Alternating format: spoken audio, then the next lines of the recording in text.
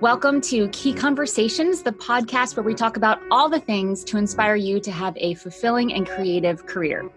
Today, we are talking with Tony Van Veen, who is just a rock star in the independent music world. He is the CEO of DIY Media, which owns disc makers, Merchly, and BookBaby. So thank you for being here, Tony. Great to be with you, Cheryl. Yeah, you're a busy guy, so this is super awesome. And you are the person in the world to talk to about physical CDs and physical merch and why it still matters. And having just done this whole process and thinking, I'm not touring live anymore, why would I need CDs? I know there's a lot of different people that benefit from CDs. So let's talk about all these things. So my first question for you is, why do physical CDs still matter? Well, physical media in general, I think still matters. And it's kind of ironic that we're in 2020 and I feel like in many ways physical media is almost as important as in 1999, right before Napster popped up on the scene. Streaming is phenomenal. I mean, I'm a streaming listener, you're a streaming listener, but for the average independent artist, what I'm hearing is streaming pays so little that they can't really make ends meet from just streaming revenues, right? At 4/10 of a penny per stream, in order to make $100 as an independent artist from streaming, you need 25,000 streams. Or at your concert, and I know you just mentioned, you don't really tour anymore or perform anymore, but many artists obviously do. Or to make $100, you need to sell 12 CDs, right? Or 7 T-shirts. So economically, there's still a real reason to work with physical media when you're a working artist, when you're a performing artist. And physical media has mostly become a product that you sell at concerts. Yes, there's some retail. You can still get your stuff distributed through CD Baby. You can still get your stuff sold on Amazon. But by and large, physical media is something that gets sold at live events. And what I've seen is, obviously it's not just about the money. For many artists, the graphics, the artwork, the liner notes, the beautiful package, it's part of kind of building their brand of what they are and what they represent. So having that physical product, it's something else that your fans can enjoy. There's a different dimension. There's a visual dimension to it, and frankly, it's still a great demo. You can't hand somebody a stream when you meet them in the elevator, but if you happen to have a physical product on you, you can hand them something. Absolutely. I mean, I never went into the red on tours. I always was able to break even. And I think it was not only because I had the CDs, but because I was not wonky about talking about that I had them from stage, Right. and letting people know that they could, my line was, you can take me home tonight in the form of a CD. And, you can get cute about it. Great And line. yeah, right? Great line. And CDs were a huge part of my touring. And you say something really important, and it's the reason why, even though I'm not touring a ton, why I did do a run of CDs for this new release, because it's part of the brand. And I always have them on me. I'm giving them away at parties. I meet people, and my music is very like, this new record is a new age record. So I can go into a spa and they're still running their CD players, and now I'm getting, and they buy it off of me, and now they're selling it, and there's a lot of different ways that other people can sell it for me, even if it's not on my own concert. But yes, I think for the majority of people listening who are touring, CDs are really still a thing that people are buying. And I've heard like, oh, I don't have a CD player. Oh wait, I do in my car. I can listen to it. Some people don't even care. They just want to have that memorabilia and that nostalgia from this great event that you put on to take back with you. One of the things that I tell artists when they say, I don't have my fans tell, I don't have a CD player anymore. My fans tell me they don't have a CD player. And what I tell them is, that's true. Some people don't have a CD player, but others do. Right. And so just like, vinyl has been resurgent. Not everybody has a turntable, but some people do. And the people who do are really into it. And so, it's like, if you think about your music as a business, which is not a dirty word if you're hoping to make a living from your music. If you think of your music as a business, then you have to have a selection of products available for customers to buy, right? And not everybody wants a t-shirt, not everybody wants a CD, not everybody wants vinyl or a sticker or a koozie, but if you have them all, you increase your chances of driving some revenue from those products. And by the way, you are building, if you do it, especially across the merch table, you're building really valuable, maybe lifetime connections with fans. Because while you're just sitting there thinking, I got to sell some merch, they're like, oh my God, I'm meeting Cheryl Engelhardt. And it's super exciting for them if they're your fan. And then when you autograph that CD, now that CD becomes a memento, right? That they will hold on to forever. I met her way back when, before she was playing arena shows, right? And so it's like a super cool memento. I saw some kind of stat that with vinyl specifically, I don't know what the stat is for CDs, I haven't seen it, but with vinyl, something like, of all the vinyl that gets sold, like half of the records, the poly wrap doesn't even get taken off. So it's not so much about playing the record, though many people love playing the record, and I enjoy it. There's a whole ritual to playing a vinyl record, right? But many people are like, just it's the artwork, it's cool. Look at me, how cool I am. I own the vinyl, and then they listen to it on Spotify, which Yeah. is which It's like is which is fine. a status check a little bit, but I'm glad that you brought up vinyl. Is there a genre, or are there genres where it's definitely advised, like vinyl selling like hotcakes versus other genres? And same thing with physical CDs. Do you know if your music tends to sell to a specific audience via one medium versus another? So with vinyl, I think it's pretty well known that the rock uh, and kind of rock oriented uh, genres tend to sell the best, and the urban genres tend to adopt vinyl the least. I think hip hop in particular is known as kind of being generally kind of leading edge on technology, and they've, to a significant extent, and I think to some extent to their detriment, they've kind of left physical media behind. And I saw something that even big artists like Drake and Nicki Minaj, when they came out with their last albums, they did put out CDs, but the CDs came out like 6 weeks after the the digital tracks dropped, and the estimate was that they each lost millions in revenue from not dropping CD at the time that the digital dropped, because there still are fans who want it. And to some extent there's demographics there, right? There's the older demographic is more likely to continue to want to buy physical media. uh, what older is, over 40. um, but the you know but there certainly, I think the vinyl adoption spans all age groups. um and I think on CDs, it I don't know, it's a pretty broad mix of what we're still doing. That's cool. I read, I don't remember where I read this, a couple months ago, that CD sales were actually starting to possibly turn around from decline to either plateauing or even growing, specifically in country, Christian, classical, and new age. It was something Hmm. I had, Hmm. and I thought that was interesting. And I don't know if that's true or not, but I so read it somewhere. so here's an interesting news tidbit that I caught a month or so ago, when I believe it was Warner issued their third quarter financial report. Their single biggest selling artist from a revenue perspective was Tool.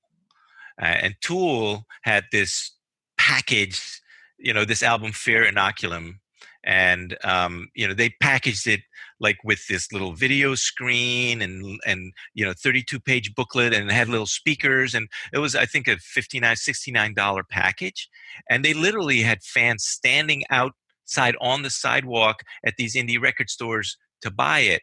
And I mean, Tool, no offense, but who listens to Tool, right? Except they became the single biggest revenue driver for Warner Music Group for the quarter because of the demand for a cool physical package. And that's one of the things with physical product. Like, look, you can do discs and jackets. And by the way, there's no reason nowadays for budgetary restrictions to not do physical. We just introduced a package for 50 discs in a jacket, nice high gloss board jacket for $99, right? Ooh, Or you can wow. get 100 in digipacks. You did 100? I did You 300. did 300. You're big time. Yeah, And, I did 300 because I think there was some option that you get after 275. I can't remember what the perk was, but it was after you buy something a certain amount you get some. I can't remember what it was, but yeah, 300. And honestly, I've gone through half of them, giving them away. I did a really hardcore pre-order push, and I literally said, if you pre-order the digital, which is really valuable for me playing getting on the charts game, if you send me your address, I will mail you a signed copy. yeah. So it's essentially as if they had bought the physical, but it's the digital that counts. And I have, you know, I think that was just to use it as a reward and saying, hey, people know it takes something to make a CD and that it costs something for the artist. So when you're able to do a sort of reward thing like that, of course you want to sell them at shows, but if you're using them in other ways, marketing and branding ways, I think people understand that's valuable. Yep. Yep. It's really that's really smart, kind of reaching out to your list, offering something special. Again, the autograph, um, I liken the autograph, to Pete Yeah, Rose autographing baseballs, right? I mean, back to do totally. people, you mentioned, some people don't even care. They just want to support you as an artist. Um, when you pay $20 or $25, for Pete Rose to autograph a baseball for you, you're not going to take that baseball and play catch with it, right?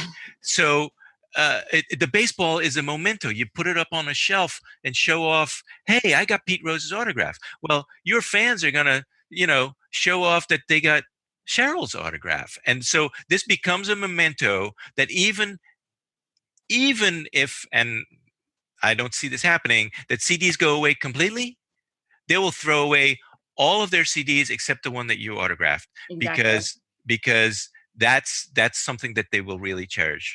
Totally. And the other part of this is that people that are buying they want the music, of course. I would hope that my fans got the music because they wanted it. And then they also know that they're helping me get to, whatever the goals I have. And I've been clear with them. So most of those people did not I have thousands of people on my email list. I did not send out thousands of CDs. I think I mailed out, I think maybe 10 people took me up on that.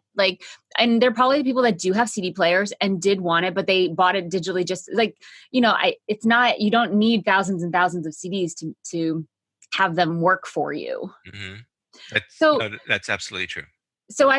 we've definitely established that physical is still important for a lot of reasons, especially for that fan connection. So now let's say a musician is at the point where they're like, all right, I'm ready to release my CD. I've got my album artwork. I've got it all digitized. It's uploaded. Where do they come into the process? What are the options? What do they get to do when they hit disc makers? Well, one of the big things that as an artist you have to decide is, how do I want to package this, right? The CD itself is pretty standard. It's a round polycarbonate disc, right, with that has printing on it.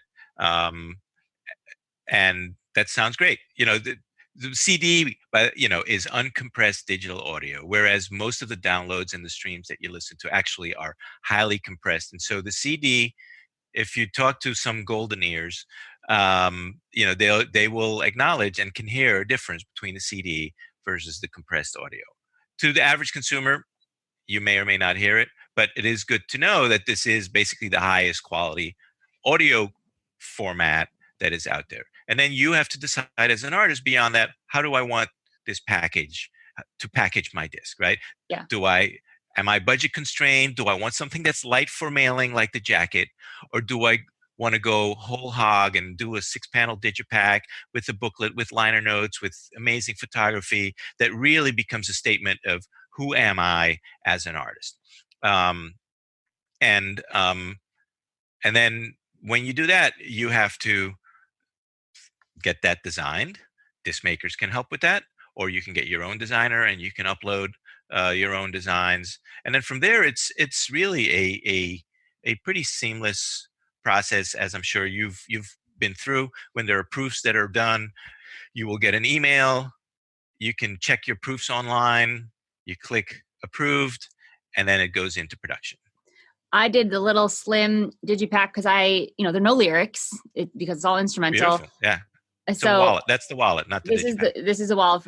If you're listening, you can go to YouTube and find this. Yes. And there's this whole moon theme. So I was like, of course, we're just going to make the CD a moon. It's very, very simple to do. And the really cool thing about this, I got a pack of like thank you cards, and I was like, I wonder if this would fit in the envelope for the thank you card. 2 stamps on an envelope, and I don't need to go to the post office to mail these. They fit in all the things. So, Disc Really Makers nice. gives me the UPC code, which you Yep. need to have the barcode to keep track of all the things. And their website is so easy. It's like, if you want this, then go here. It's like make your own adventure and make your own ending adventure. You sort of say you get to choose if this, then that, and then it sort of takes you through the whole process. For those folks who are watching this, hold up your CD again, because this is a value of having a professional graphic design. You want your stuff, and this is all media, right? You want your product, whether it's a T-shirt or a disc, you want it to look so great and be so cool that people that they covet it, that they have to have it. And so, your disc is a beautiful example of some really nice, high quality graphic design where just Disc Makers did through the design. Really, I didn't even. Yeah. Well, I got a guy, and I had the idea that I wanted, I looked at a lot of new age. I'm new in the new age world. All my 4 other records were all pop, which is just a different feel. And I realized that after analyzing like some top new age albums, there's always something big in center, like a butterfly or something. And so there was a celestial theme in my head when I wrote this. So I was like, all right, let's go with this moon. So I had this artist who was great and sort of got this idea of harvesting moons that he got when he was listening to the record. And then he just became unavailable, and like, he wouldn't do the edits. Like, he couldn't fix stuff. He couldn't do the inside cover. And so I took my initial design that I wasn't in love with, but I liked the concept, and came to Disc Makers and said, can you guys do this? And like, there's a lot of different options with the art department. They can do something from scratch. They Right. can take exactly what you have and just like make it a little better, or they can do something in the middle where you give them an idea and then they sort of take it and run with it. So I did that. I think I had read somewhere or heard somewhere that there was unlimited edits. And so I kind of took advantage of that. And then at some point they were like, all right, girl, you got to call it. Yes, So there are not unlimited edits. yeah, so it's not a thing. I don't know why I thought that. And I mean, I think we got to like the last 3 were just like tweaking the font or something. Yeah. So it was under 10 for sure. And we do have a satisfaction guarantee. Like if we get to a point where it's like guys, you at Disc Makers, you're just not getting it. You're not getting me. I want to cancel. We'll give you all your money back. You can work with your other designer, and we're still happy to make your discs and print them for you. But again, almost nobody calls us on that. Yeah, no. They were like, okay, we're getting really nitpicky, and it was good for someone else to like, because I'm a big fan of saying, hey, done is better than perfect. But I went down my own rabbit hole. So I mean, we were talking about this gradient here for about 3 days, and then finally, my representative Disc Maker was like, so it was great. They did an amazing job, and then it was so great for them. They know exactly the file format that it needs to look the best on printing. I didn't need to worry about translating art talk, which I'm not good at. I didn't know how to say I need it to be this. They know exactly what it needs to be in order to look great on digital and look great on your CD. So that was cool to have them as designers. And you also do mastering too, right? Which we do. I have a guy, so I always go to my guy, but that is another really awesome option if you want to just do everything in one place. I had, back in the day, in the dinosaur ages, i.e. the mid 80s, I with a band, I was in a band, we put out an album and we didn't have the money to master it, which many artists are like, I don't have the money to master it. And like for years thereafter, whenever I would listen to that record, I'm like, it's not quite there. It's not quite enough bass, not quite enough highs, and not quite loud enough. And like so we did a 25th anniversary kind of reissue, and I got the thing mastered, and it's much better. So nice. it does. What's make that called? How can we listen to that? You don't want to share? No. Oh my God, it's so funny. I love it was a. I'll tell you privately. It was a punk rock record, and the cool. name of the band is it's a little out there. I love it. I love that. Um, so we talked about the process. We talked about why it's important. Anything else that you would share with a musician that is just about to get a CD made that they need to know about their physical media? So the main thing that I would advise you is take your time when your product is ready and make sure you have a well-planned promotional strategy so that you can time your releases and you can figure out how long is it going to take me to promote, and that you have a budget for promotion. I see too many artists who the disc drops today. It's already, it went to Spotify. It's out a couple days on Spotify. They mail their lists. Hey, product's out, and that's it. It's over. And nowadays, I mean, always promotion has been essential for artists, and many artists they don't think about promotion enough.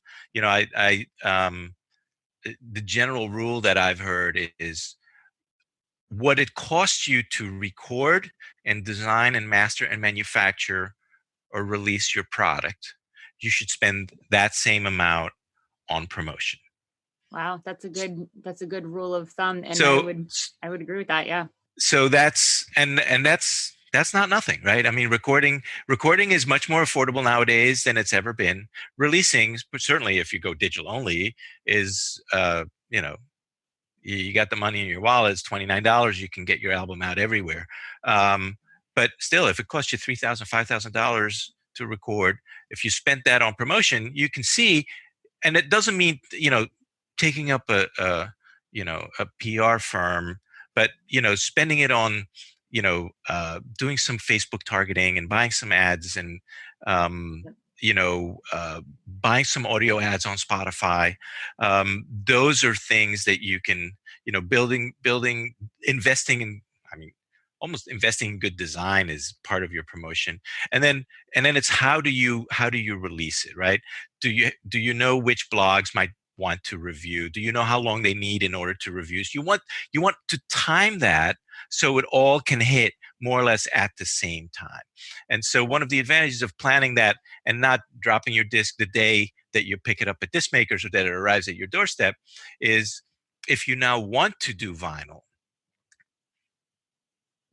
can take 6, 7, 8 weeks. And so if you plan an 8-week release strategy where I'll drop a digital single, I'll promote it, and then on socials, etc., I'll drop another single, I'll promote another thing, and then I'll drop the album on week 8. Now the CDs will be long done, the vinyl will be done, and your album will be out. And every time it's something new to message, right? Single 1, single 2, album, as opposed to just you have an album and then, very quickly people on your list, people on your social media, they kind of stop hearing you because Cheryl, I heard about her album already, right? Yep. So Yeah. it's take time for promotion, and make sure that you have some money set aside to do it. That's really great advice. And the next couple episodes, we're sort of in the process. This whole season of this is season 4 of Key Conversations. We're going through the whole process of producing and creating, and now we're going to duplicate it. So the next couple of weeks are going to be sort of really talking about the pre-orders, the releases, the single release versus the actual release, what to do, the PR, all this stuff, ads. I did, for the first time ever, I ran some Facebook ads, targeted Facebook ads. So really awesome advice. Thank you so much. Where can we find out more about you and or disc makers or all DIY media things? What's the best place to hang out online? Disc Makers is discmakers, DISC makers.com. Our merch brand, Merchly, is merchly.com. You can follow me on Twitter at @tvanveen, or on Facebook you can find me, and on YouTube. Awesome. I will put all those links in the show notes. Tony, thank you so much. I know you're a busy guy. This is really great to sort of get our heads wrapped around physical and why we should still do it. So thank you. Great to chat, and thanks for being a client. Of course, 5 times.